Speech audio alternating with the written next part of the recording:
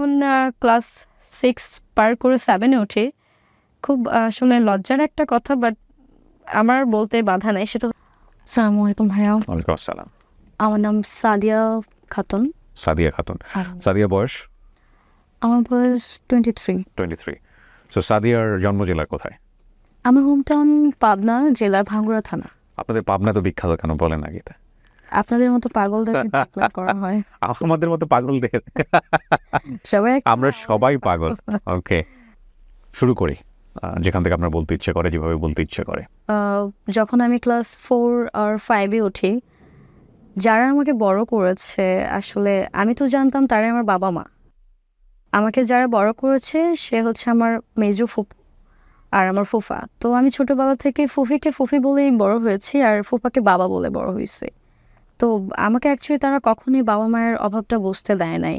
আমি এতটুকু জানতাম যে আমার মা বেঁচে আছে, বাট আমার মা থাকে না আমাদের কাছে। আমি এইটাই জেনে বড় হয়েছি আমার মা চলে গেছে। আচ্ছা, চলে গেছে বিষয়টা যখন আমি জানতে পারি, তখন আবার আসলে মায়ের প্রতি টান ওটা তৈরি হয় না। বিকজ বাবা তো চলেই গেছে, বাবাকে তো আর চাইলেও আমি পাবো না। বড় হওয়ার সঙ্গে সঙ্গে আমার মা আমাকে দেখতে আসতো মাঝে মধ্যে।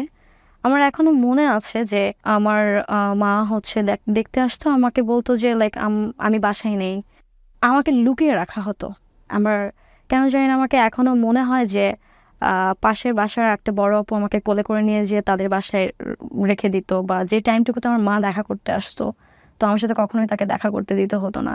তো আমি যখন ক্লাস 4-5 এ পড়ি, তখন নানু একবার আম্মুর নাম্বারটা আমাকে দিয়ে যায়। তখনও আমি আম্মুর সাথে যোগাযোগ করিনি। ক্লাস 6 এ আমার মনে আছে আমি আমার ফ্রেন্ডের আম্মুর ফোন থেকে আমি যে নাম্বারটা আমাকে দিয়েছিল আমি ওটাতে কল করি।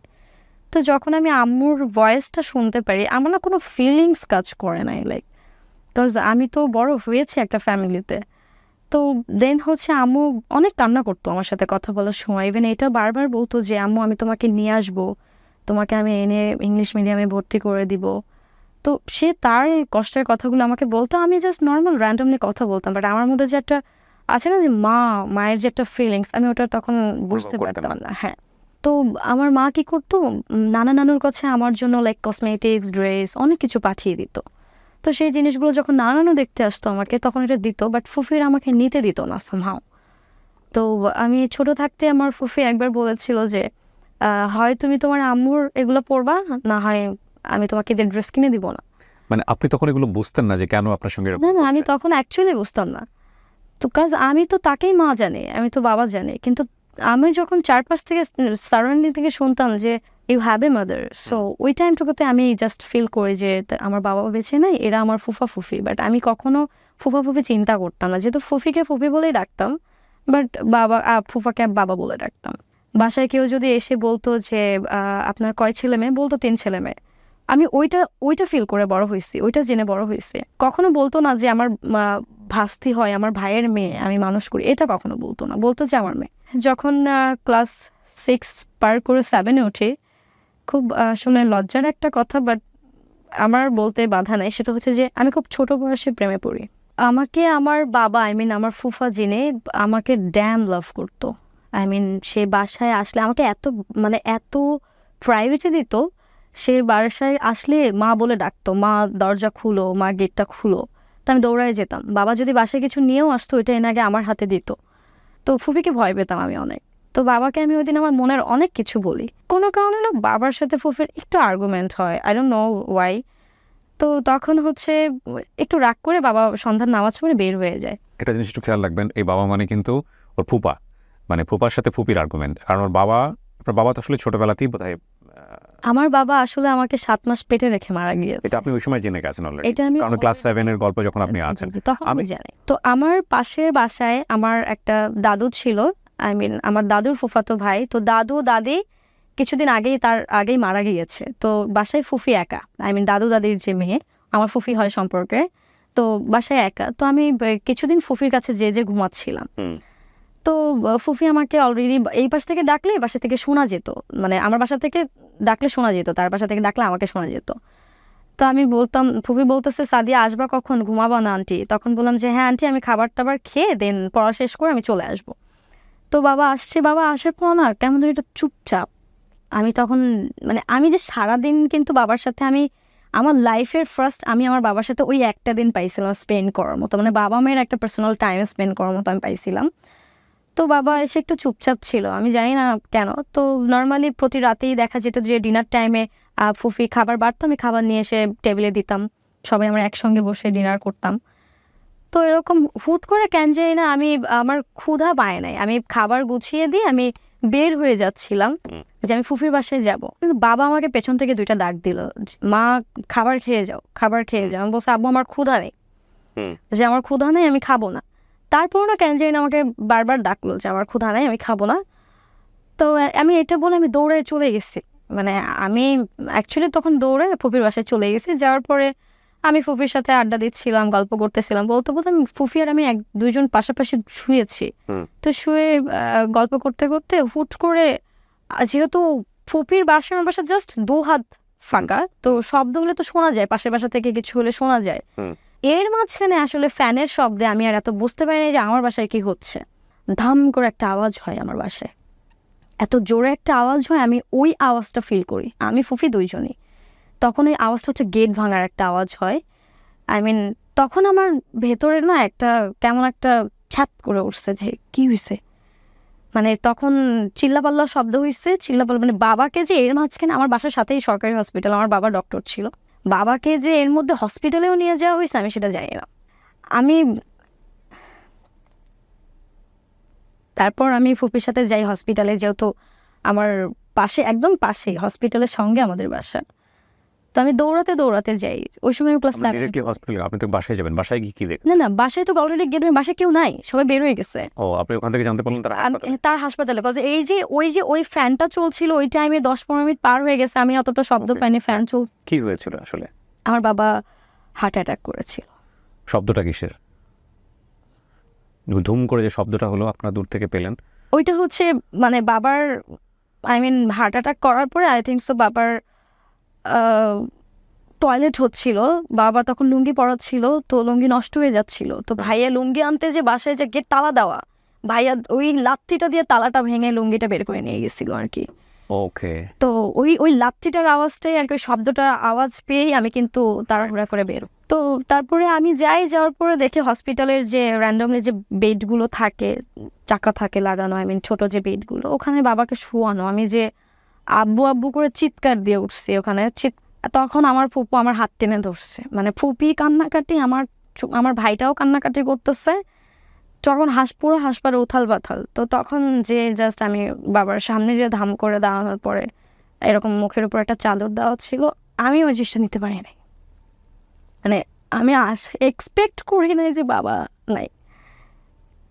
তো আমি অনেক তখন ছোট ছিলাম, তো আমার ফুফাতো ভাই তার তো আমরা 2জন আপন ভাই বোনের মতো বড় হয়েছি। আমার কিন্তু বড় ভাই আছে, যেটা আমার বড় ভাইটা বড় ফুফির কাছে থাকতো, কিন্তু ওর সাথে আমার এত অ্যাট্রাকশন কাজ করতো না, যেটা আমার ফুফাতো ভাইয়ের সাথে হতো, কারণ আমরা একই প্লেটে খেয়ে বড় হয়েছি, একসাথে বড় হয়েছি, 1 ক্লাস উপর পিস ছিল। আমার ভাই জাস্ট 2টা ঈদে ঢাকা থেকে পাবনাতে যেত, ওই টাইমে আমরা 2জন বারবার সেন্স হারাচ্ছিলাম। তো বাবা মারা যাওয়াটা না আমি নিতে পারি নাই কোনোভাবেই, মানে হাউ ইজ ইট পসিবল। আমি পুরা সারাটা দিন আমি বাবার সাথে টাইম স্পেন্ড করছি, বাবা আমার হাতে লাস্ট খাবার খেয়েই কিন্তু বাবা চলে যায়।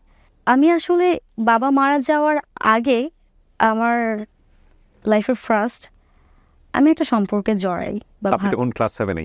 তখন আমি ক্লাস 7-এ আমার একজন আত্মীয়র সঙ্গে কোনো একটা ঈদে আমি তাকে দেখার পরে সামহাও আমি তাকে এত ডিপলি ফিল করি, লাইক কেন জানি না, তারপর আমার অনেক মায়া কাজ করতো, যে কেনই মায়া কাজ করছিল আমি জানি না। তার সাথে আমার ফার্স্ট দেখা হয়, ইভেন সেও আমাকে বড় হয়ে ফার্স্ট দেখে, আমার কাজিন ছিল। তো আমি তাকে আগে ভালোবাসছি, সে তখনও আমাকে ভালোবাসেনি। উনি আমার 5 বছরের বড়, 4 বছরের বড় ছিল। আমার কাছে একটা নাম্বার ছিল, যে নাম্বারে আমি অনেক ট্রাই করছি তাকে খোঁজার, কিন্তু আমি তাকে পাইনি।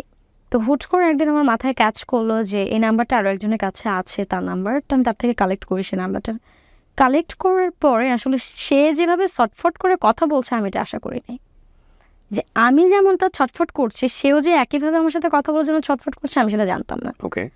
আমি কিন্তু তখন ফুফির ফোন লুকিয়ে লুকিয়ে নিয়ে কথা বলতাম, বাট সে ওই দিন থেকে আমাকে এমন ট্রিট করেছে, আমার তাকে কখনো মনে হয় যে this is my new relationship, this is my first relationship. আমার এমনটা ফিল হয় নাই। আমাদের সম্পর্ক চলছিল, তো এর মাঝখানে বাবা মারা গেল। তো বাবা মারা যাওয়ার পরে আমার ফুফিরা 1 মাস পরে হজে চলে যায়। তো একদিন রাত্রিবেলা সামহাও আমি অনেক টেনশন করছিলাম। আমি ঘুমের মধ্যে রাত 1টা বাজে অনেক বাজেভাবে চিৎকার করে উঠি, অনেক জোরে চিৎকার করে উঠি। আর এই চিৎকার করার পরে আমার মাথা ব্যথা, আমার মাথা পেইন শুরু হয়ে যায়। তখন আমার পাশের বাসায় ফুফি ছিল, যে পাশে পাশে মামা মামি ছিল, তারা দৌড়ায় আসে, কী হয়েছে কী হয়েছে। তো এরকম আমার কোনোভাবেই আমার মাথা ব্যথা কমে না। আমাকে যে মেডিকেলে নিয়েও যাওয়া হয়, আমার পাশে যেহেতু হসপিটাল, মেডিকেলে নিয়ে যাওয়া হয়। তো সেখানে ডক্টর আমাকে দেখার পরে বলছে যে এই ট্রিটমেন্টটা আমাদের হসপিটালে নেই, ওনাকে পাবনা সদর হসপিটাল আর রাজশাহীতে নিয়ে যেতে হবে, বিকজ এই ট্রিটমেন্ট আমাদের এখানে নেই। আমাকে অলরেডি 2-3টা ঘুমের ইনজেকশন দিয়ে দেয়, কিন্তু তারপরে কোনোভাবেই আমার ইমপ্রুভ হচ্ছিল না। আমি ওই রাতটাতে আমার প্রচুর বাম সাইডে মাথা যন্ত্রণা, যেটা চিৎকারের মতো অ্যাকচুয়ালি একটা পেইন ছিল। আমার আপন যে বড় ভাই আল্লামা কিব, ও কিন্তু বড় ফুফির কাছে বড় হয়েছে, আমি আমার মেজো ফুফির কাছে বড় হয়েছি। তো ওই টাইমে যখন দেখলাম আমি সিক, সে দৌড়ে আসছে। আসার পরে আমার ভাইয়া আমাকে সঙ্গে করে ঢাকায় নিয়ে আসে। আমি যেহেতু পাবনাতে থেকেছি, আমাকে সঙ্গে করে ঢাকায় নিয়ে এসে আমাকে ডক্টর দেখায়। ডক্টর বলে যে আমার মাইনর স্ট্রোক হয়েছে। ও, ক্লাস 7-এ থাকা অবস্থায়? ক্লাস 8-এ তখন আমি। আমার বড় ফুফা আমাকে সাইকোলজিস্টের কাছে নিয়ে যায়। তো উনি জানতে চায় what's your problem actually, what happen to you. তো আমি তখন একটা কথাই বলতাম যে আমার খুব কষ্ট হয় আমার বাবা মায়ের জন্য। আমার ছোটবেলা থেকে আমি বড় হয়েছি, সবাইকে হারাতে হারাতে বড় হয়েছি। আমি একটার পর একটা মরা লাশ দেখে বড় হয়েছি। তো ওই টাইমে আমার যে রিলেশনটা যার সাথে ছিল, সামহাও কোনো একটা কারণে তার সাথে আমার একটু মিসআন্ডারস্ট্যান্ডিং হয়। ঢাকা থেকে ভাঙ্গুড়াতে, পাবনাতে যখন ব্যাক করি, আমার ফুফিরা কিন্তু হজে থেকে আসে। আর যেদিন হজ থেকে আসে, তার পরের দিন আমার লাইফ পুরো মোড় ঘুরে যায়। আমি জানি না আসলে ওই টাইমে কেন তাদের মুখটা গম্ভীর ছিল, বাট তার ঠিক 2-3 ঘন্টা পরেই আমার ভাইয়া একটা কথা বলে ওঠে। আমার দাদু দাদি, আমার ভাইয়ার কাজিন, তারা সবাই ছিল, যে এই বাসায় 3 জনের বেশি 3.5 জনও থাকবে না। 3 জন হচ্ছে আমার ফুফি, ফুপির 2 ছেলে, আর আমি তো মেয়ে ছিলাম। আমাকে দিত 4 জন। বাট ভাইয়া একটা কথা বলে উঠে যে এই বাসায় 3 জনের বেশি 3.5 জনও থাকবে না। তো এই কথাটা শোনার পরে আমি তখনও বুঝতে পারিনি যে তখন কি আপনার ফ্যামিলিতে আপনাদের অ্যাফেয়ার্স এর কথা জানে, সবাই জানে বিষয়টা? তখন অ্যাফেয়ার্স এর কথা আপনাকে এতটা হঠাৎ করে অপছন্দ হয়ে যাওয়ার কারণটা কি? না, তখন এতটাও জানতো না। বাট আমি অ্যাকচুয়ালি জানতাম না যে কেন এই কথা বলছে। তো ফুফি এসে তার পরের দিন শ্বশুরবাড়িতে চলে গেছে, আমি বাসায় একা। তো ভাইয়া আসছে জামা কাপড় নিতে, হয়তো বা এসে আমাকে বলছে তুমি এখানে কি করো। আমি বলছি যে কি করি তুমি এখন বাসা থেকে যাও নাই? আমি কোথায় যাব? তুমি জানো তুমি কোথায় যাবা? এই বাসাতে 3 জনের বেশি 3.5 জনও থাকতে পারবে না। ফুফি পরের দিন আবার চলে আসছে। আসার পরে আমি ফুফিকে বললাম যে আন্টি, ভাইয়া আমাকে এই কথা বলছে। আমার ফুফি আমাকে বলে যে দেখো, আমার মাথার উপরে গার্জিয়ান নাই, আমার ছেলেরা এখন আমার সব। আমি বললাম ফুফি, কয়েকদিন পরে, আমি তখন ক্লাস 8-এ, কয়েকদিন পরে আমার জিএসসি পরীক্ষার আগে যে টেস্ট পরীক্ষা হয়, কয়েকদিন পর আমার পরীক্ষা শুরু, আমি কীভাবে পরীক্ষা দেবো? তো ফুফি বলতেছে তুমি ছোটো ফুফির কাছে চলে যাও। আমাদের থানার পাশের যে থানাটা, সেখানেই আমার ছোটো ফুফি থাকে। তো বলছে যে তুমি ছোটো ফুফির কাছে চলে যাও। আমি বললাম যে ছোটো ফুফির ওখান থেকে এসে প্রতিদিন পরীক্ষা দেওয়া তো আমার জন্য কষ্ট হয়ে যাবে। তখন আমার ফুফি আমাকে বলতেছে যে ফুফু তোমার রক্তের ফুফু না? আমাকে এটা বলছে। তখন আমি না লাইফের প্রথম আমার ফুফিকে বলছে আপনিও তো আমার রক্তের ফুফি, আপনি কেন চলে যেতে বলছেন? সো ইন দ্য মিনটাইম আপনার আপন মায়ের সাথে কি আপনার সম্পর্ক ছিল? একেবারে ফুল অফ? তখন তো হ্যাঁ, ফুল অফ। কোথায় আছে, কিভাবে আছে আপনি জানেন না? বা আমার আম্মু ওরকম যায় না। আমার মা, আচ্ছা, বাবা মারা যায় যেদিন, আমার ফুফা মারা যায় যেদিন, সেদিন আমি আম্মুকে ফোন দিয়ে বলছিলাম যে ফুফা মারা গেছে। ওইটাই জাস্ট। মা ইন্টারেস্ট দেখায়নি আপনার ব্যাপারে যে তুমি আসো আমার কাছে চলো? ওইটা তো সবসময় বলে, কিন্তু ওই দিনটাতে মারা যাওয়া, ওই দিনটাতে তখন একটু আম্মু মন খারাপ হয়েছে, একটু কষ্ট পাইছে, তো আমাকে ওইভাবে রাখছে। তো বলছে যে তুমি আমার কাছে আসবা কবে, তুমি আমার কাছে চলে আসছো। সো আপনার তো অপশন ছিল তখন। তো তো অপশন ছিল তখন, বাট আমি তখন মানে আপনি মেনে নিতে পারছেন না মেনে বিষয়টা। নিতে পারছি না। আমার সামনে পরীক্ষা, আমি তো পড়ালেখা করছি, আমি স্টুডেন্ট হিসেবে খারাপও ছিলাম না মোটামুটি। তো আমাকে চলে যাওয়াটা দেখে আমাকে আমার বাসার পাশে আন্টিরা অনেকবার আটকানোর ট্রাই করছে, তুমি আমার বাসায় থাকো, আমার কাছে আসো, আন্টিরা আটকানো নিয়ে যাও। আর আমি কারোর কথা শুনি নাই। আমি বাসা থেকে বের হয়ে যাই। বের হয়ে যাওয়ার সময় আমি তখন জানি না আমি কোথায় যাব। মনে পড়ে যে পাশের এলাকা হচ্ছে আমার ছোট দাদু থাকে, ছোট দাদুর বাসা, আমি ছোট দাদুর কাছে চলে যাই। ছোট দাদুর ওখান থেকে আমার স্কুল খুবই কাছে ছিল, জাস্ট 5 মিনিটস লাগতো। দাদু যখন জিজ্ঞেস করে কি হয়েছে, আমি কান্নাকাটি করে বলি যে আমাকে বাসা থেকে বের করে দেওয়া হয়েছে। দাদুর রুম থেকে আমি বড় চাচুর বাসায় রুমে চলে গেলাম। ওখানে থেকে আমি আমার জিএসসি পরীক্ষার টেস্ট পরীক্ষাগুলো দিই। ওখানে যেহেতু আমার ওই যে মেডিসিনগুলো কিন্তু কন্টিনিউসলি আমার চলে, ওখান থেকে আমি জিএসসি ফাইনাল এক্সাম দিলাম। ফাইনাল এক্সাম দেওয়ার শেষ তো 1.5 মাসের ছুটি হলো আমার, ঢাকা আমার বড় ফুফির বাসায় আমি তখন চলে আসলাম। তো তখন আমার মাথায় আসে যে আমার মায়ের সাথে যোগাযোগের বিষয়টা। ওই সময়টাতে কিন্তু আমার যার সাথে সম্পর্ক ছিল তার সাথে কিন্তু যোগাযোগ অফ ছিল, জাস্ট বিকজ অফ তার সাথে আমার একটু মনোমালিন্য হয়েছিল। এরকম একটা অফ যে সে আমার লাইফ থেকে হয়তো চলেই গেছে, লাইক এরকম একটা অফ ছিল। তো ওই দিন রাতে আম্মুর সাথে কথা বলি 3 ঘন্টা। তারপরে পরের দিন 16 ডিসেম্বর চলে। সকালবেলা আম্মুকে ফোন দিয়েছিলাম, আমি যেহেতু লুকিয়ে লুকিয়ে কথা বলছি, আম্মু আমাকে জাস্ট বলছে যে মামুনি আমি তোমাকে এক ঘন্টা পরে বাসায় যেয়ে কল দিচ্ছি। র্যান্ডমলি সারাটা দিন আমি যেমন রুটিন তেমন করার পরে সন্ধ্যার পরে আমাকে জোরে ডাকছে, ডাকার পরে বলছে ফোন দে। ফোনটা ঠাস করে নিয়ে নিয়েছে আমার থেকে, কি হয়েছে আমি কিছুই জানি না। তো আমার সামনে একটা হুট করে ফোন আসছে, আম্মুরা বাইরে চলে গেছে, যাওয়ার পরে কথা বলতেছে, কথা বলে টলে আসার পরে বলতেছে যে কালকে তোর আম্মুর সাথে কথা বলছিলি, কি কথা বলছিলি। বাট এই যে আমার মা কিন্তু ওই টাইমে আমার বড় ফুফাকে ফোন দিয়ে হাউমাউ করে কান্না করছে যে আমি আমার মেয়েটাকে আমার কাছে 7টা দিন রাখতে চাই। আমার মেয়েটাকে তো আমি কখনো কাছে থেকে দেখি নাই, বড় হয়েছে, একটু রাখতে চাই। কিন্তু আমার ফুফা আমার ভাই দুজনেই না করে দেয়। তো পরে সকালবেলা আমাকে ভোরবেলা ডাকা হয়েছে। আমাকে প্রতিদিন রাত্রেবেলা আমি 10টা বাজে ঘুমিয়ে যেতাম, সকাল 8টায় উঠতাম। ভোর 6টা বাজে ফুফি আমাকে ডেকে উঠেছে, বলতেছে যে তোমরা বাড়ি যাও, দাদুর একটু শরীর খারাপ, তোমার ফুফার সাথে বাড়িতে যাও। আমি খুব খুশি, আমার দাদু বাড়িতে সরিষার ফুল হয় প্রতি বছর, আমি 4 বছর দেখি না, আমি যাব। আমি আমার একটা কার্টুনের ব্যাগ ছিল, ব্যাগের মধ্যে ইচ্ছা মতো জামা কাপড় তুলছে, ওষুধ তুলছে। ফুফি বলতেছে এতদিন তো থাকবা না, একটা জামা নিয়ে যাও জাস্ট। আমি কিন্তু জানি আমি দাদুকে দেখতে যাচ্ছি। তো গেলাম, যাওয়ার পরে আমার আমার যে ছোটো চাচার বাসায় আমি থেকেছি, থেকে পরীক্ষা দিয়েছি, সেখানেই আমরা ফার্স্ট গিয়েছি। ছোটো চাচার শাশুড়ি, আমার সম্পর্কে নানি হয় যিনি, উনি আমাকে হুট করে বলতেছে যে আমাকে কে জানি বললো যে সাদিয়ার মা মারা গেছে, তোর নাকি মা মারা গেছে। আমি কি আলাই বালাই কথা বলছি, আমার আম্মুর সাথে আমি কালকে রাতে কথা বলছি, আমি এটা বলছি। আমি তখন আমার সেলফে কাজ করে নেই যে আমি আম্মুর সাথে কালকে কথা বলছি, নানু আম্মুর কিছু হয় না। বলে তাহলে কার কথা বা বললো, আমি তো বুঝতে, মানে সে তো বয়স্ক মানুষ, সে এতটা গুরুত্ব দেয়নি, বাট আমাকে কিন্তু এটা বলে ফেলছে সে। বাট আমি তখন বলছি যে নানু আমার আম্মুর সাথে আমার কালকে আগের দিন কথা হয়েছে 3 ঘন্টা। তখন বলছে তাহলে মনে হয় কার কথা বা শুনলাম।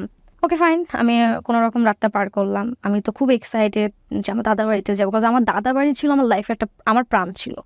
মাঝ রাস্তায় যে আমার ফুফা আমাকে বলতেছে যে তুই একটু স্যালাইনের পানি খা, এটা বলতেছে। আমি স্যালাইনে, এমনি তো আমি স্যালাইনের পানি খেতে পারি না, আমার বমি হয়ে যায়। তুই যদি দাদু বাড়িতে যে যদি সেন্সলেস হয়ে যাস, আমি তো আজব, তুমি সেন্সলেস হবো কেন। পরে বলতেছে যে না একটু স্যালাইন খা, তোর তো শরীর ভালো না, যদি একটা কোনো সমস্যা হয়ে যায়। তো আমি কি করছি, ফুফা ওইদিকে তাকাইছে, আমি মুখের মধ্যে স্যালাইন এদিকে ফেলে দিচ্ছি, ফুফা এটা টেরও পায় নাই। তখন আমাকে ফুফা আরেকটু রাস্তা যেতে যেতে বলতেছে যে চল আজকে তোর নানু বাড়িতে যাই। এদিকে আমি মনে মনে বলতেছি সূর্য অস্তে কোন দিকে উঠছে, যে যারা আমাকে কোনোদিন নানুর বাড়িতে যেতে দেয়নি, মায়ের সাথে যোগাযোগ রাখতে দেয়নি, সে আমাকে বলতেছে যে নানুর বাড়িতে যেতে। তখন বলতেছে যে তোর খালামণি, আমার বড় ভাই সবাই আসছে, চল তো নানাকে একটু দেখে যাই। আমি আরও খুশি। দেন আমি ফুপার সাথে গেলাম। যাওয়ার পরে নানু বাড়িতে আমি কিন্তু সেই ছোটোবেলায় গিয়েছি, এরপরে কিন্তু এত 2 বছর 10-12 বছর 13 বছর কিন্তু কখনো যাইনি। মানে মার চেহারাই মনে নাই? মাকে তো দেখিনি আমি, আমার মাকে তো আমি কখনো দেখি নাই। আমার ক্লাস বেবি ওর যখন 1-এ উঠি তখন হয়তো আমাকে স্কুলে একবার দেখতে আসছিলো, কিন্তু লুকায় ফেলছিল আমাকে। ওই যে বললাম মানে মার সাথে কোনোদিন দেখা হয়নি? কখনোই দেখা হয়নি আমার মায়ের সাথে। তো তারপরে আমার বড় বড় শক্ত করে আমার হাতটা খালি ধরেছিল।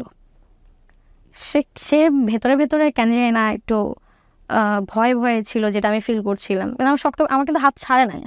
আমি বোরখা পরতাম, হেজাব করতাম, আমাকে একদম পরীর বাচ্চার মতো লাগতো লিটারেলি। তো ওই সময় হচ্ছে আমার ফুপা আমাকে বলতেছে যে একটু দোয়া হিউনুস পড়।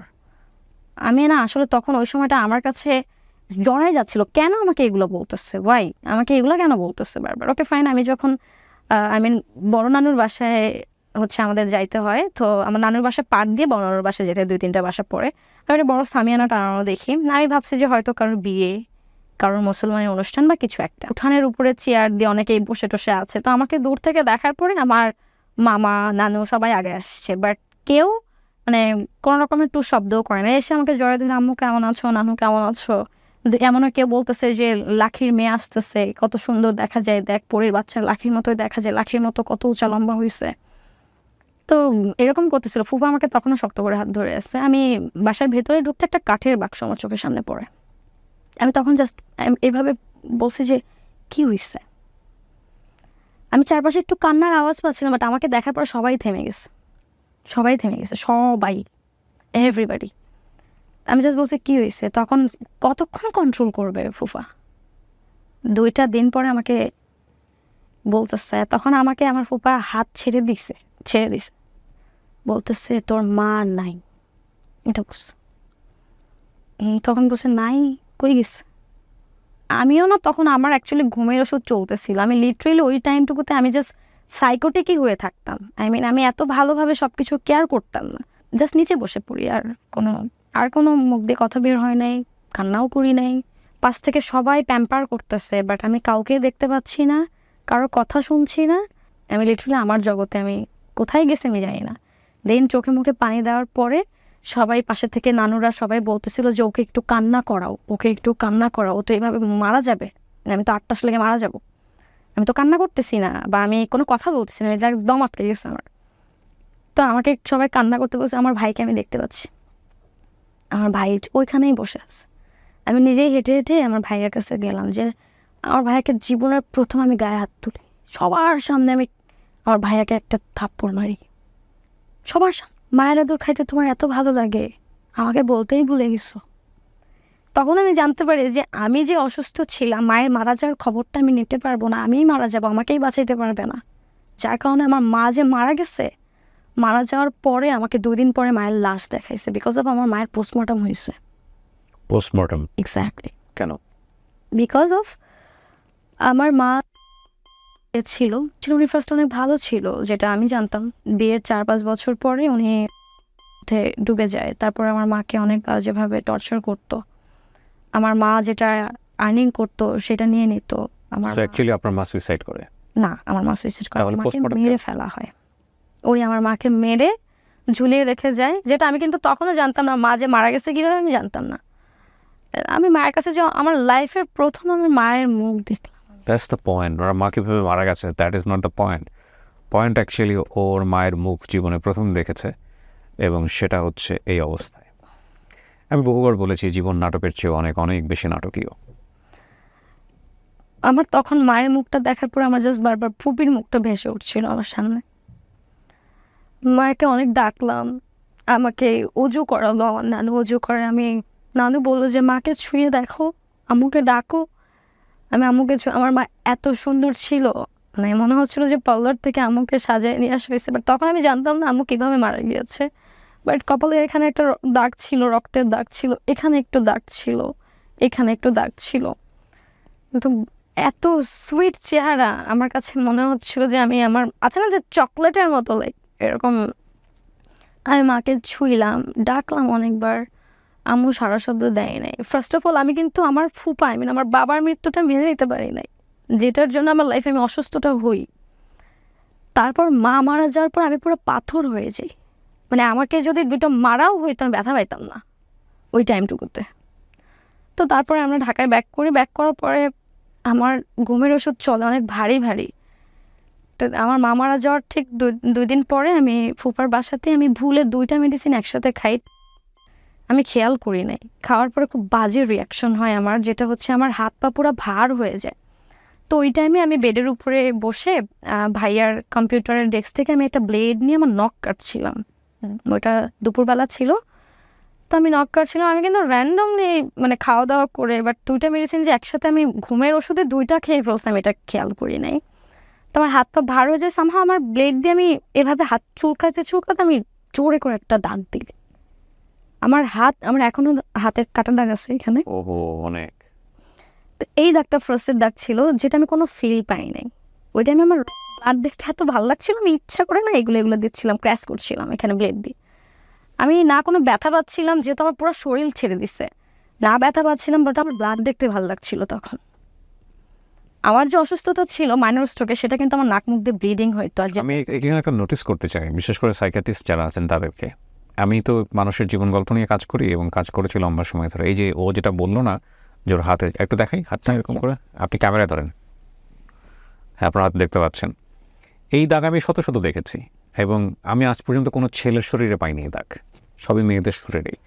এবং আরেকটা ইন্টারেস্টিং ইনফরমেশন হচ্ছে, এই দাগগুলোর পেছনে বিহাইন্ড দ্য স্টোরি যেটা থাকে, একটা প্রেমের সম্পর্ক মোটা দাগে। এবং কিন্তু ওর ক্ষেত্রে আমি যেটা পেলাম ডিফারেন্ট। আমার কথা সেটা না, আমার কথা হচ্ছে যে কোন ডিপ সেন্সে গেলে, কোন ধরনের সেন্সে গেলে একটা মানুষ শরীর থেকে রক্ত বের করে দিতে পছন্দ করে। এটা নিয়ে আমি সাইকিয়াট্রিস্টদের প্রচুর ভিডিও দেখেছি, বাংলাদেশের সাইকোলজি নিয়ে অনেকেই কাজ করছেন, কিন্তু আমার কাছে কেন জানি মনে হয় বাংলাদেশের খুব ব্রডার স্পেক্টে যে প্রবলেমগুলো আমাদের ব্যক্তিগত জীবনে আমরা ফেস করি, সেগুলো টাচ করতে পারে এরকম টপিকগুলোর সংখ্যা খুবই কম, বা এগুলো নিয়ে ডিসকাস হয় খুবই কম। আজকেও যে হাতের কাটা একটা দেখালো, আমার মনে হয় যারা সাইকিয়াট্রিস্ট আছেন, যারা আমার শোতে দেখে থাকেন, তারা যদি কেউ ইন্টারেস্টেড হন কথা বলার জন্য এইসব বিষয় নিয়ে, দে ক্যান মেইল মি, আমাকে মেইল করতে পারেন। আমি এই বিষয়গুলো নিয়ে ইন ফিউচারে হয়তো বা একটু ডিফারেন্ট কাইন্ড অফ পডকাস্টিং নিয়ে আপনাদের সামনে আসবো ইনশাল্লাহ। ঘুমের মেডিসিনের রিয়াকশন, বাট আমি কিন্তু ঘুমের ওষুধটা 2টা খেয়েছি, বাট আমি বুঝতে পারিনি। পরে সুস্থ হওয়ার পরে কিন্তু আমি চেক করে দেখেছিলাম যে ওখানে 2টা ওষুধ নাই।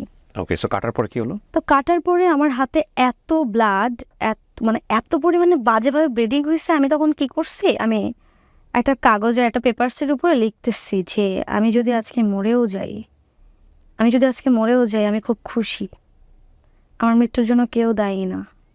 কেন আমি এটা লিখছি আমি সেটাও জানি না। তারপর আমার যখন সেন্স ফেরে 6 থেকে 7 ঘন্টা পরে, দেন হচ্ছে আমি দেখি আমি হসপিটালের বেডে, আমার হাতে ব্যান্ডেজ করা, আমার পাশে আমার ফুফি, আমার বড় ভাইয়া। এই খবরটা অলরেডি জানাজানি হয়ে গেছে। দেয়ার আর এভরিওয়ান থিঙ্ক অ্যাবাউট ইট যে আমি সুইসাইডাল অ্যাটেম্প করছি। আপনার সম্পর্কটা তখন কেমন? আপনার তখন আমার সাথে যোগাযোগ বন্ধ, তার টোটালি যোগাযোগ অফ। লাইক ওই কারণে কি আপনি ফ্রাস্ট্রেটেড ছিলেন? নো, বললাম না, আমার মা মারা যাওয়ার পর আমি লিটারালি জাস্ট শকে পাথর হয়ে গেছিলাম। এক্স্যাক্টলি, অনেকগুলো ডেথ, অনেকগুলো মৃত্যু মাত্র এই অল্প বয়সে, যখন ও ক্লাস 8-এ পড়ছে। জি, মানে এটা আপনি চিন্তা করে দেখতে পারেন, ক্লাস 8-এ পড়া টিনেজ বয়সে মার মুখ প্রথম দেখা, সেটা হচ্ছে মায়ের মৃত মুখ। সো মানে খুব সহজে রিলেট করা যায় বিষয়গুলো। ওকে, তারপর দেন হচ্ছে আমি হাসপাতাল থেকে কি হলো? হাসপাতালে আমার ফুফা যে ডিরেক্ট আমার হাতে ফোন দিল, আমার এইভাবে এনে তোর ফোন। এই ফোনের জন্য এত কাহিনী তো নেই, ফোন নেই। তারা ভাবছে যে আমার যে রিলেশন, যেহেতু সম্পর্কের কথা তারা জানে, যেহেতু যখন ফুফি শেয়ার করছে যে সাদিয়া কিন্তু আমাকে এগুলো শেয়ার করছে, তার মানে ওটার কোনো, হ্যাঁ, তখন বলছে যে এই ফোনের জন্য এত কিছু, ফোন নেই। দেন আমাকে আমার ফুফি অনেকবার জিজ্ঞেস করে কেন এই কাজ করছিস, কেন এই কাজ, বাট আত্মীয় স্বজনের মধ্যে কিন্তু ছড়াই গেছে সাদিয়া সুইসাইড করতে গেছে। এক্স্যাক্টলি, সেটাই হওয়া স্বাভাবিক। হ্যাঁ, তো আমি সব বুঝেছি যে ফুফু বিলিভ করো আমি সুইসাইড করতে যাই নাই। একদিন হুট করে আমার সেই যার সাথে সম্পর্ক ছিল উনি আমার ফুফিকে ফোন দেয়, কল করে, আমার সাথে কথা বলতে চায়। কারণ সে অলরেডি জেনে গেছে আমার মা বেঁচে নেই, যেহেতু আমার বাবাও বেঁচে নেই। তো সেটা সে ফিল করে আমার লাইফে সে ব্যাক করে, আমাকে কল করে। আমি বলছি যে I don't need you right now, I don't need your support right now. Cause আমি তখন এই যে ভালোবাসা বা লাইক প্রেম, এই জিনিসগুলো আমার মাথায় তখন আর কাজ করেনি। I just missing my family, I just miss my parents. তো তখন একদিন আমার ভাইয়ার সাথে আমার একটু মিসআন্ডারস্ট্যান্ডিং হয়। আমার বড় ভাই আমি দুজনেই দাদা বাড়িতে তখন। তো ভাইয়াকে কেউ না কেউ এসে বলছিল যে সামহাও আমি হয়তো বা কারোর সাথে দাঁড়িয়ে রাস্তায় কথা বলছি, বাট আমি কিন্তু কাউকে চিনি না। গ্রাম, আমি প্রতি বছর 2বার দাদু বাড়িতে ঈদে যেতাম, তো আমি কাউকে চিনি না বাড়ির আশেপাশে ছাড়া। তো আমার ভাইয়া না কারো একজনের সাথে রাগারাগি করে এসে, আই থিঙ্ক সো, ওই রাগটা আমার উপরে ছাড়ে। আমার ভাই লাইফের ফার্স্ট আমাকে এত বাজেভাবে মারে, এত বাজেভাবে আঘাত করে, মানে যে আঘাতটা আমি সহ্য করতে পারি নাই। আমার জায়গায় জায়গায় রক্তের দাগ, কাটা দাগ, কপাল ফেটে, মাথা ফেটে যাওয়া। আমার ভাই আমাকে অনেক বাজেভাবে আঘাত করে। তা আমি তখন, আমার কাছে তো লটস অফ মেডিসিন, ঘুমের ওষুধ অনেক, যেহেতু আমার ডেইলি খেতে হয়। 49টা খেয়ে ফেলি। আমি কি করছি, ঘুমের ওষুধ খাওয়ার পরে আমি নতুন একটা কমলা কালারের ড্রেস পরছি, নতুন ড্রেস, যেটা আমি ফার্স্ট ইউজ করলাম ওই দিন। নতুন ড্রেসটা পরে আমি দোয়া কালাম পড়তে পড়তে, আর ওই যে আমার যে মানুষটাকে আমি হারাইছি, ভালোবাসার মানুষটাকে, তাকে ফোন করছি।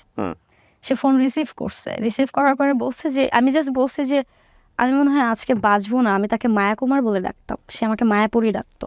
মায়া কুমার আর মায়াপুরী? মায়াপুরী, হ্যাঁ।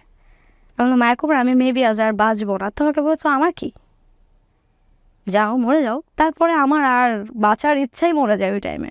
আমার ওই যে চোখ বন্ধ হয়, 9 দিন আমি বেঁচে ছিলাম না আসলে। 9 দিন কোথায় ছিলেন? কোমায় ছিলাম আমি। পরে স্টোরিটা কার কাছ থেকে শুনেছেন? আপনাকে? পরের স্টোরিটা আমার ভাইয়া বলেছে, ফুফি বলেছে। তো ওই টাইমে আমি পুরো বডি নীল হয়ে গিয়েছিল। আমার ডক্টর বলেছে যে আমাকে আর বাঁচাতে পারবে না। 9টা দিন আমার পুরো বডি নীল হয়ে গিয়েছিল। ডক্টর বলছে যে আমরা এনাকে বাঁচাতে পারবো না, এখন আল্লাহ তালাই পারবে ওনাকে বাঁচাইতে। আপনারা আত্মীয় স্বজন যারা আছে তাদেরকে খবর দেন, দেখে যেতে বলেন, আমরা বাঁচাতে পারবো না। তো আজকে আপনারা এখানে আসবো বিধায়, আপনার সাথে দেখা হবে বিধায় ওই দিন আমার কেনি আঙুল নাড়া দিয়ে উঠছে 9 দিনে। তো বাই দ্য ওয়ে, আর sense of humour is so good. এটা অনেকটা আপনারা দেখতে পাবেন না, ভিডিওতে অনেক কিছু এডিট করে ফেলতে হয়েছে। ওকে, বাই দ্য ওয়ে, হ্যাঁ, সো প্লিজ। আমার কেনি আঙুল নাড়া দিয়ে ওঠে, আমি বেঁচে যাই। আমি তখন তো ডক্টর আশ্চর্য হয়ে যায়, বাট আমার উপরে তখন আমার ফুপির আরও রাগ। তখন আমার ভাইয়াকে অ্যাটলাস বলেই ফেলে যে ওকে বিষ খায় মেরে ফেললি না কেন, মরতে গেছে কেন, মরতে গেল কেন। সবাই আমার উপর রাগ স্বাভাবিক, কারণ আমি নামাজ কালাম পড়ে বড় হয়েছি। একটা মজার বিষয় হচ্ছে যে এই আচরণগুলো সাধারণত যারা করেন তারা অনেক বেশি সিম্প্যাথি পাওয়ার জন্য করেন। অনেক বেশি মানুষ তাদেরকে ইমোশনালি অ্যাটাচ হোক, ভালোবাসা দেখ বুঝুক, এটার জন্য করেন। কিন্তু আসলে যারা রাগী মানুষ, এসব জিনিস দেখে রাগে, তারা কিন্তু এইসব দেখে আসলেই সিম্প্যাথাইজ হয় না, তারা আরো বেশি রেগে যায়। তো আমি সুস্থ হয়ে যাওয়ার পর কিন্তু আমাকে কেউ দেখতে আসে না। আমার জাস্ট বড় ভাইয়া আসে, ঢাকা থেকে বড় ভাইয়া যায়, যাওয়ার পরে ভাইয়া তখন মাথায় হাত রেখে একটা কথাই বলে যে লাইফ ইজ সো টাফ, কেবলমাত্র শুরু, এখনো অনেক দূর যেতে হবে তোমাকে। আমার বড় ফুফু আমাকে একটা কথা বলেছিল যে সাদিয়া, তুই তো লাইফ থেকে মায়া কাটিয়ে ফেল, এই মায়া তোর জীবনটা ধ্বংস করে দেবে। ইটস ডেফিনেটলি ট্রু যে আমি মায়া আমার জীবনটা ধ্বংস করে দিছিল ওই টাইমে। তো দেন আমি এসএসসি পরীক্ষা, যেহেতু আমি বড় হয়েছে কিন্তু আমার নিজের বাসায় ফুফির কাছে, তো সেখানে আমি না থেকে আমি আসলে হোস্টেলে যেতে হয় আমাকে হোস্টেলে যেয়ে আমার হোস্টেল খরচ চালাইছিলাম আমি। তখন প্রথম আমার লাইফের ফার্স্ট ইনকাম আমি টিউশনি করাই তখন এসএসসি পরীক্ষার আগে। আমি তখন আল্লাহ দিলে একটু সুস্থ ছিলাম, বাট মাথা ব্যথা ছিল। হোস্টেলে আপনাকে যেতে হলো কেন? কারণ আপনি কোথাও আসলে কমফোর্ট ফিল করছিলেন না, আমি নিজে থেকে আর কোথাও যাইনি। অ্যান্ড দেন কিভাবে চলবো, তখন থিঙ্ক করলাম যে আমি যে সাবজেক্টগুলো ভালো জানি আমি সেই সাবজেক্ট টিউশনি করাতে পারি। ওকে, ফাইন। তো আমি 6টা বাচ্চাকে টিউশনি করতাম। মান্থলি আমার 3000 প্লাস আমার কাছে আসতো। 3000 প্লাস ওই সময় 3000 টাকা দিয়ে আমার সুন্দর চলে যেত। আমার হোস্টেল খরচ কম ছিল, 1800 টাকা টোটাল ছিল, খাওয়া সহকারে সবকিছু মিলে 1800 টাকা ছিল। জাস্ট সিট ভাড়া ছিল হচ্ছে আপনার 700 টাকা। দেন ঢাকাতে? নো, পাবনাতে। তখন আমাকে আমার ফ্রেন্ডরা বলতো যে তোর নিজের বাসা এখানে, তোর বাসা থাকলে তুই হোস্টেলে কেন থাকিস? আমি বলছি this is my opinion, it's my choice. তো হোয়াট এভার ইট ইজ, আমি এতটা গুরুত্ব দিতাম না, অ্যাভয়েড করে যেতাম বিষয়গুলো। আমি কোথায় যাব, আমি কি করব, আমার আগামীতে কি হবে, আমার জীবনটা ঘুরে যায়। তখন ওই সময়টাতে আমার শুধু মনে হয়েছে যে এখন আমাকে কে দেখবে আমাকে। তবে এসএসসি পরীক্ষা দিতে পেরেছিলাম আমার বড় ভাইয়ের জন্য, আমার ফ্যামিলির, আমার বড় ফুফাতো ভাইয়ের জন্য, বিকজ অফ ভাইয়া আমাকে রেজিস্ট্রেশনের টাকা পাঠিয়েছিল, যার কারণে আমি এসএসসি পরীক্ষাতে দিতে পারি। যেহেতু ছোটোবেলায় স্কাউটিং করতাম আমি, তো আমার স্কাউটের একটা বড় ভাই ছিল, বাট ওই সময় তার সাথে আমার ফ্রেন্ডশিপ ছিল, একটা গুড বন্ডিং ছিল। তো ঢাকায় থাকতো, তো তার সাথে আমার যোগাযোগ হওয়ার পরে সে আমাকে ঢাকায় বলে যে তুই চলে আয়। আমি স্কাউটিংয়ে অনেক ভালো ছিলাম, গার্লস গাইড কমান্ডার ছিলাম রাজশাহী বিভাগে। তো তখন আমি চলে আসি ঢাকাতে। আসার পরে ও একটা হেলথ ল্যাবে জব করতো। তো ওর সাথে যে ওর সিনিয়র বা ওর সমবয়সী যারা কলিগরা ছিল, তো সেই আপুর একটা বাসায়, আমার হেলথ ল্যাবের পাশে, তখন মিরপুর শেওড়াপাড়াতে, সেই আপুর বাসায় আমাকে সে উঠায় দেয়। আমার জীবনের স্ট্রাগলটা ওই জায়গা থেকে শুরু হয়ে যায়, ওই পয়েন্টটা থেকে, যখন আমি 2টা জামা নিয়ে, 2টা ড্রেস নিয়ে, জাস্ট 2টা ড্রেস, একটা বোরখা আর একটা হ্যান্ডব্যাগ নিয়ে আমি ঢাকায় আসি এসএসসি পাশের পরে। এসএসসি পাশের পরে। অ্যান্ড আপনি জানেন না আপনি কোথায় যাচ্ছেন, কি করতেছেন? আমি তখন জানি না, আমার কাছে জাস্ট 260 টাকা ছিল। মাথার উপরে হাত রাখার মতো কেউ নাই, জবাবদিহিতা করার কোনো জায়গা নাই, এবং খুবই টিনেজ একটা বয়স। তখন আমার 17 বছর বয়স। আমার স্কাউটের বড় ভাইয়া ছিল, তো ওই সময় ও আমার এত ভালো বন্ধু হয়ে যায়, তুই তো করে একটা বন্ডিং হয়েছে, ওকে আমি অন্তু বলে ডাকতাম। অন্তরের জন্য আমি ঢাকাতে একটা থাকার জায়গা পাই, আমি খাওয়ার জন্য খাবার পাই। অন্তর নিজে জব করে আমাকে 1000-2000 টাকা দিত যে তুই কিছু কিনে খা, তোর বাসা ভাড়া আমাকে 3 মাসের ভাড়াও দিয়েছিল। আমি কিছুই করি না তখন, আমি কি করব? আমার কাছে তখন ফোন ছিল না, আমার তখন একটা বাটন ফোন ছিল, আমার স্মার্টফোন ছিল না যে আমি স্মার্টফোনের মাধ্যমে আমি জবের জন্য অ্যাপ্লাই করবো, আমি কিছু করব। তো ইন দ্য মিন টাইম অন্তরের সাথে আমার ওই টাইমে মানে আছে না যে লাইক মনে হচ্ছিল যে ও ছাড়া তখন আমার কেউ নাই, বাট ও কিন্তু আমার বড় ভাই প্লাস আমার বন্ধু হয়ে গেছে তখন, বিকজ অফ ওই টাইমে ওরও রিলেশনশিপ ছিল, এমন না যে ওর সাথে আমার কোনো রিলেশন ছিল, কিছুই না, ও জাস্ট আমার ফ্রেন্ড ছিল। করোনা চলে আসলো, মানে আমি আজকে করোনা হয়ে মারা গেলে হয়তো আমাকে কেউ দেখতে পারবে না, না ভাইয়া দেখতে পারবে বা না কেউ দেখতে পারবে না ওই টাইমটাতে। করোনার মাঝখানে ব্যাক করার পর আমি একদিন আমার একটা ফ্রেন্ডের স্মার্টফোন ও আমাকে দেয়, ওর যেহেতু এক্সট্রা একটা ফোন ছিল, দেওয়ার পরে আমি ওই ফোন থেকে আমি কয়েকটা জায়গায় জবের জন্য অ্যাপ্লাই করি। আমার একদিনে 6টা জব হয়। একদিনে আমি মিনিমাম 20টার মতো অ্যাপ্লাই করছি, একদিনে আমি 20টার মতো সিভি পাঠাইছি, এক এক জায়গায় ড্রপ করছি, যেটা বিডি জবস যেটাকে বলা হয়। তো আমাকে একটা আমার ফ্রেন্ড 5000 টাকা দিয়ে আমাকে হেল্প করে, দেন আমি 5000 টাকা দিয়ে জবে জয়েন করি। জয়েন করার পরে আমার স্যালারি ছিল 18,000। 15,000 টাকা আলোচনা সাপেক্ষে আমি 3 মাস জবে, আমার কাছে ওই টাকা মনে হয়েছে আমি লাখ টাকা পাইছি। 3 মাস চাকরি করার পরে আমি কিছু টাকা জমানোর পরে আমার একটা ফোন, এমার্জেন্সি একটা ফোন, আমি নিজে টাকা দিয়ে ফোন কিনি, নতুন করে একটা ফেসবুক অ্যাকাউন্ট করি। আমার লাইফে আমি একটা মানুষকে না ভুলতে পেরে কোনোদিন কোনো রিলেশনে যেতে পারিনি। মানে তখন কি রিলেশনশিপটা আপনার ব্রেকআপ হয়ে গেছে ওর সঙ্গে? আমার সাথে কোনো যোগাযোগ নাই তার, মানে কোনো লাস্ট কোনো ওয়ার্ড ছিল না? কোনো যোগাযোগ নাই, তাকে অনেক ভালোবাসছি আমি। মানে আপনি ব্যাপারটা কেমন ছিল যে আপনি তার জন্য ওয়েট করছিলেন, সেই আপনার সঙ্গে যোগাযোগ? আমি জানতাম সে আর ফিরবে না, কোনো কারণে আপনাদের মিসআন্ডারস্ট্যান্ডিং হয়েছে। তারপর আমি তাকে কখনোই ভুলতে পারি নাই, আমি ওই সময় তাকে কখনোই ভুলতে পারি নাই। বা আমি এখন যদি দাঁড়িয়ে বলি, আমি আজও তাকে ভুলি নাই, সেটা আমি আজও তাকে ভুলি নাই। তো ওই চিন্তাটা করে আমি অ্যাকচুয়ালি কখনো রিলেশনশিপে যেতে পারি নাই, কোনো রিলেশনে যেতে পারি নাই। টাকাকে আমি জিনিসটা চিনে গেলাম, দিস ইজ মানি অ্যাকচুয়ালি। তো দেন হচ্ছে একদিন আমি যেখানে জব করছিলাম সেখানে আমার যে বস ছিল, উনি আমাকে একটু অ্যাপ্রোচ করে, কিছু না কিছু নিয়ে একটু কথা বলে, যেটা আমার আসলে একটু পছন্দ হয়নি। উনি আমাকে একটু টিচ করে বসে, যেটা আমি শুরুতে একটু ভয় পাই। বা তখন আমি আসলে ওই লাইফটা, আমি ঢাকা শহর তো তখন ভালো মতো চিনি না, জানি না আমি মানুষজনকে। Double meaning sentence. এক্স্যাক্টলি। তো উনি যখন আমাকে ডাবল মিনিং করে, আমি তখন আমার জবটা ছেড়ে দিই। তো ওই মোমেন্টে আমার মাথার উপর এসে দাঁড়ায় আমার খালা, যাকে আমি আজ মা বলে ডাকি, যাদের সাথে কিন্তু কোনোদিন কমিউনিকেশন করতে দেয়নি আমাকে আমার ফ্যামিলি। তো ওই সময় আমি আমার খালামণিকে পাই, ওখানে আমি আমার আরেকটা ফ্যামিলি পেয়ে যাই। মানে স্ট্রাগলের মাথায় এসে আমি শুরুতে এসে আরেকটা ফ্যামিলি পেয়ে যাই। তো ওই সময় আমার নিজের একটা কলিগ, উনি আমাকে বলে যে, আমাকে সবাই জান্নাত বলে ডাকতো, যেহেতু আমার ভালো নাম হচ্ছে সাদিয়া জান্নাতি। কলিগ উনি আমাকে বলে যে, জান্নাত ম্যাম আপনার মানে লুক অনেক সুন্দর, আমার নিজের একটা বাইং হাউস আছে, আমি আপনার কিছু ছবি তুলতে চাই। কে বলে এটা? আমার একটা কলিগ, ওনার নিজের একটা বাইং হাউস ছিল, যেহেতু উনিও চাকরি ছেড়ে দিয়েছিল কোনো একটা রিজনে। তো তখন আমি রাজি হয়ে গেলাম যে ছবি তো উঠাবে, সমস্যা নেই। তো তখন হচ্ছে ছবির হাটবাজার নামে একটা অ্যাপস ছিল তো ওই সময়। তো তখন আমার 10 থেকে 12টা ছবি তোলার পরে আমাকে না উনি 5,000 টাকা আমার হাতে দেয়। আমার মাথায় তখন একটা চিন্তা আসে যে আমি যদি 1 মাস কষ্ট করে 18,000 টাকা স্যালারি পাই, আর একটা ছবি তুলে যদি একটা দিন যদি আমি 5টা ড্রেস পরে ছবি তুললাম, আমাকে 5,000 টাকা দেওয়া হলো, এটাই তো আমার জন্য গুড অপশন। এইখান থেকে আমি যখন 3-4টা ছবি আপলোড করলাম, দেন দেখি আমার ফেসবুক অ্যাকাউন্টে কেউ মিডিয়া রিলেটেড আমাকে নক করছে। আমি ধীরে ধীরে মিডিয়ার সাথে যুক্ত হয়ে গেলাম। ওকে। দেন মিডিয়ার সাথে যুক্ত হয়ে যাওয়া বলতে গেলে প্রথম এখানে মিডিয়া বলতে যেটা বোঝাচ্ছে উনি, সেটা হচ্ছে shoot like YouTube media, actually not mainstream media. কারণ উনি আসলে বেশ কিছু কাজ করেছেন, আমি যেটা দেখেছি নাটকগুলো বেসিকলি আপনার হচ্ছে সোশ্যাল মিডিয়ার জন্য নির্মাণ করা হয়। ওকে, ফাইন। বাট ফটোশ্যুটের জায়গাটাতে আমি কখনোই মানে আমাকে কেউ কোনো ইঙ্গিত করেনি, কেউ কোনো ডাবল মিনিং করেনি, কেউ কোনো বাজে কথা বলেনি।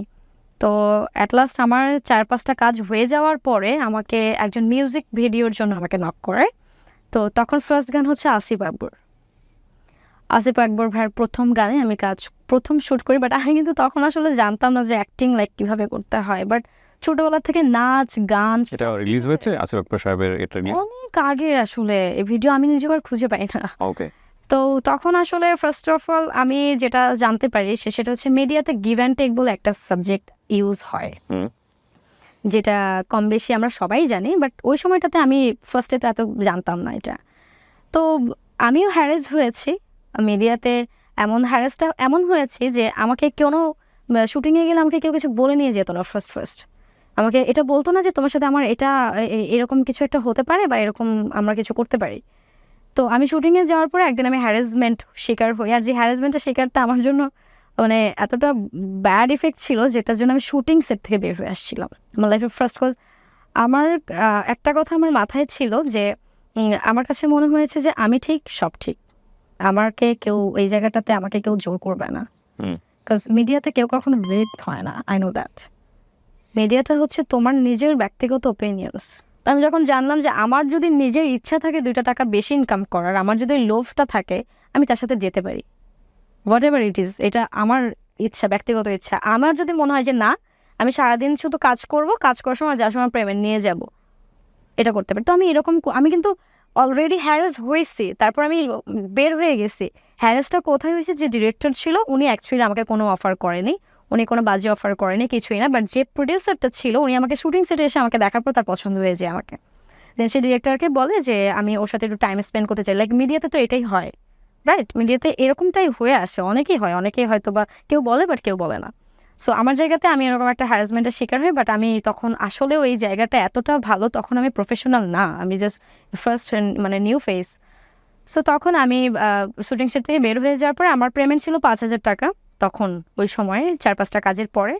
দেন হচ্ছে আমাকে ভাইয়া নিজে এই 2,000 টাকা বিকাশে পাঠিয়ে দেয়, যেহেতু আমাকে শুটিংয়ে নিয়ে আসা হয়েছে, আমি এখান থেকে বের হয়ে গেছি। ওই দিন রাত্রেবেলা শুটিং শেষ করে যে ভাইয়া আমাকে নিজে বলে যে আপু, মিডিয়াটা হচ্ছে এটা। ওনার কথা মাথায় রেখে আমি গত 4 বছর মিডিয়াতে কাজ করছি। আর যে কথাটার জন্য আমি মিডিয়াতে সুন্দরভাবে কাজ করতে পারছি, কোনো বাজে অফার থেকে শুরু করে এভরিথিং আমি সুন্দর করে মেনটেন করে কাজ করতে পারছি। তো আমি যখন আমি মিউজিক ভিডিও কাজ করতে হঠাৎ করে আমার নাটকের অফার আসে। তো আমার অ্যাক্টিংয়ের প্রতি একটু আলাদা একটা ফ্যাসিনেশন ছিল। তো তখন আমি অ্যাক্টিংয়ে ঢুকে যাই। অ্যাক্টিংয়ে ঢুকে যাওয়ার পর থেকে আমার মিউজিক ভিডিওর দিকে আর তাকাতে হয়নি। তখন আমাকে আর পেছন ঘুরে তাকাতে হয় না। তখন আমি মোটামুটি সপ্তাহে 3 দিন 4 দিন ইনকাম করছি। তখন আমি অ্যাকচুয়ালি টাকা কখনোই গুছাইতাম না। আমার না নিজস্ব কোনো ব্যাংক ব্যালেন্স ছিল, না পার্সোনালি কোনো ব্যাংক ব্যালেন্স ছিল। আমি কখনোই কিছু করতাম না, আমি জাস্ট খরচ করতাম।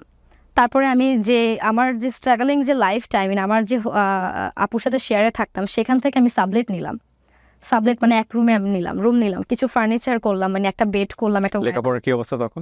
আমি লেখাপড়া তখন কন্টিনিউয়াসলি করছি। ওকে, মানে লেখাপড়ার পাশাপাশি হচ্ছে করোনার সময় তো 1 বছর এমনি তো আমাদের সবার ইয়ালস হয়ে গেছে। তো তারপরে আমার যে মিডিয়ার যে আমি যে ইনকাম করছি সেটা দিয়ে আমি কলেজে ভর্তি হই। কলেজে ভর্তি হওয়ার পরে আমি আর্টস সাবজেক্টটা নিয়ে যেতাম, আমি কিন্তু সায়েন্স পড়ে আসছি। মানে ওর যেটা হয়েছে যে নিজের পয়সা ইনকাম করে নিজে পড়াশোনা করছে, নিজের খরচ নিজে চালাচ্ছে এবং ভবিষ্যৎটা নিজের হাতে গড়ার চেষ্টা করছে, রাইট? সো ইন্টারমিডিয়েট পাস করলেন আপনি ওই সময়টাতে? না, ইন্টারমিডিয়েট পাস করার আগ মুহূর্তে হচ্ছে আমার মোটামুটি আমি বেশ কিছু কাজ করে অনেকটা এগিয়ে আসছি। এইচএসসি আমার 21-এ পরীক্ষা দাও, 22-এ আমি সার্টিফিকেটটা পাই। এগুলো সব নিজের পড়াশোনা নিজের খরচ, নিজের টাকায় আমি করেছি। ইভেন আমি আমার বাসা শিফট করি, আমি মানে পুরো একটা ফ্ল্যাট নিয়ে আমার বড় ভাইকে আমি আমার কাছে নিয়ে আসি। মাশাআল্লাহ। এখন কি মানে আপনারা দুজন একসঙ্গে থাকেন? এখন আপাতত একসাথে নেই। ভাইয়া already married, he have a baby right now. তো আমি আমার ভাইয়াকে নিয়ে এসে, ইভেন দেন ওই সময় আমার ভাইয়া বেকার, আমার ভাইয়া কিছু করে না। সো আপনি সাপোর্ট দিয়েছেন? আমি সাপোর্ট দিয়েছি। ইভেন আমি আমার ভাইয়াকে পরিচিত বড় ভাইয়ের মাধ্যমে জবেও ঢুকিয়েছি ওই টাইমে। তো আমরা 2 ভাই বোন ভালোই চলছিল। রাইট নাও আপনি পড়াশোনা করছেন? এখন আমি পড়াশোনা ছাড়িনি, কজ এটা আমার মানে আমি এখন বিএসএস ডিগ্রি করছি রাজশাহীতে। তো আমি 2nd বর্ষে আছি। তো আমার আর 1.5 বছর পড়ালেখা শেষ হয়ে যাবে। এর মাঝখানে আমার যে বড় ফুপি উনি কিন্তু আমার সাথে কখনোই যোগাযোগ অফ করেনি, উনি আমার সাথে লুকিয়ে লুকিয়ে দেখা করছে, লুকিয়ে লুকিয়ে আমাকে খাবার দিচ্ছে, এটা ওটা দিয়েছে। আর আমার খালামণি তো আছেই, আমি তাকেই পেয়ে গেছি ওই সময়। এইভাবেই আমার আসলে 6 বছর কেটে যায়।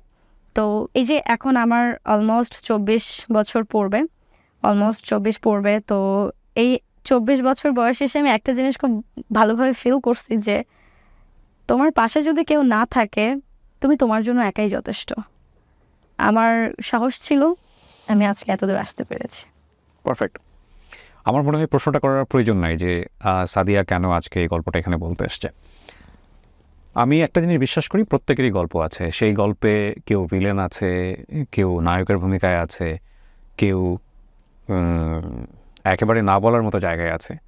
তবে এগুলো জাস্টিফাইড না, কারণ যে ব্যক্তিগুলো ওনার জীবনে কষ্টে বা দাগ ফেলে গেছেন তাদেরও যুক্তি আছে সেই জায়গা থেকে। আমরা সেই বিষয়গুলোকে ফোকাস করব না, কিন্তু ওর লাইফের যে প্যারাডাইমটা, সেখানে একটা মারাত্মক রকমের শক্তিশালী জায়গাটা হচ্ছে জন্মের পর থেকে একটা শিশুকে যে অবস্থায় থাকা উচিত ছিল ফ্যামিলির ভেতরে, ও সেই পরিবেশটা পায়নি। ও অসংখ্য মৃত্যু দেখেছে, যেই মৃত্যুটা ওকে একসময় সুস্থ জীবন থেকে দূরে সরিয়ে দিচ্ছিল। তারপরে ও থেমে যায়নি এবং ও বারবার ঘুরে দাঁড়ানোর চেষ্টা করেছে। আমাদের মতো এরকম পিতৃতান্ত্রিক সমাজে, যেখানে প্রতি মুহূর্তেই একটা মানুষ একটা ঘটনাকে আমরা বিভিন্ন জাজমেন্টের মুখোমুখি নেই, সেখানে একটা মেয়ের এরকম বয়সে নিজের পায়ে দাঁড়ানো এবং গণমাধ্যমে বা মিডিয়াতে বা যেটাই বলি না কেন সেখানে কাজ করে লোকচক্ষুকে উপেক্ষা করে নিজের জীবনে বেঁচে থাকার জন্য প্রচেষ্টা বা ইচ্ছা গ্রহণ করা এতটা সহজ নয়। তারপরেও বেঁচে থাকতে হবে, জীবনকে সামনের দিকে এগিয়ে নিতে হবে। সাদিয়া সেই কাজটাই করেছে। তবে আমি আরেকটা কথা বলতে চাই, সেটা হচ্ছে যে আমার স্ট্রাগল ছিল 6 বছর। তো মাঝখানে ফ্যামিলির সাথে যোগাযোগ হতো, তো তারা একটু ডিটাচ হয়ে গেছিলো আরও বেশি। তার কারণে আমি মিডিয়াতে ঢুকেছিলাম জন্য, কাজ ছোটোবেলা থেকে আমি নামাজ কালাম পড়ে বড় হয়েছি। আমি একটা হাজি ফ্যামিলির মেয়ে ছিলাম, তো আমার ফ্যামিলির সাথে ওটা কখনোই যেত না, যেটা তারা পছন্দ করতো না, যার কারণে আরও বেশি দূরে সরিয়ে রাখেছিল। তো তারপরে আমি তাদের আমার লাইফে কখনো প্রেম ভালোবাসা নিয়ে কোনো কষ্ট ছিল না। আমার জীবনে একটাই কষ্ট ছিল, আমি পরিবারটাকে মিস করতাম। আমার অসুস্থ হলে আমার পাশে কাউকে পেতাম না। আমার আছে না, খুব খুব কষ্ট হলে আমি আমার ফুফিকে অনেক মিস করি ট্রুলি। যেটা আমার বাবার কথা অনেক মনে পড়ে। আজ আমার ফুফিকে, আমার ফ্যামিলিকে আমি অনেক ভালোবাসি। আমার লাইফে যাই হয়ে যাক না কেন, আমি কোনোদিনও তাদের দোষ দিইনি। বিকজ আমার কাছে মনে হয়েছে যে আমার ভাগ্যে যা ছিল তাই হয়েছে। আর আমি ওই চিন্তা করে আমি মিডিয়াটা যতদিনই কাজ করেছি, মিডিয়াটা লিভ করে দিয়েছি আলহামদুলিল্লাহ। মিডিয়াতে এখন আপনি কাজ করছেন না? আমি আসলে আমার প্রফেশন ছিল না, আমি এটা প্যাশন হিসেবেই কাজ করেছি। আমার কখনো নায়িকা হওয়ার ইচ্ছা ছিল না, বিকজ আমার ওই সময় মাটি শক্ত করা টু সার্ভাইভ। বেঁচে থাকার জন্য মানুষ অনেক কিছুই করে। তো প্রিয় দর্শক এবং শ্রোতা, অনেক ধন্যবাদ সাদিয়া।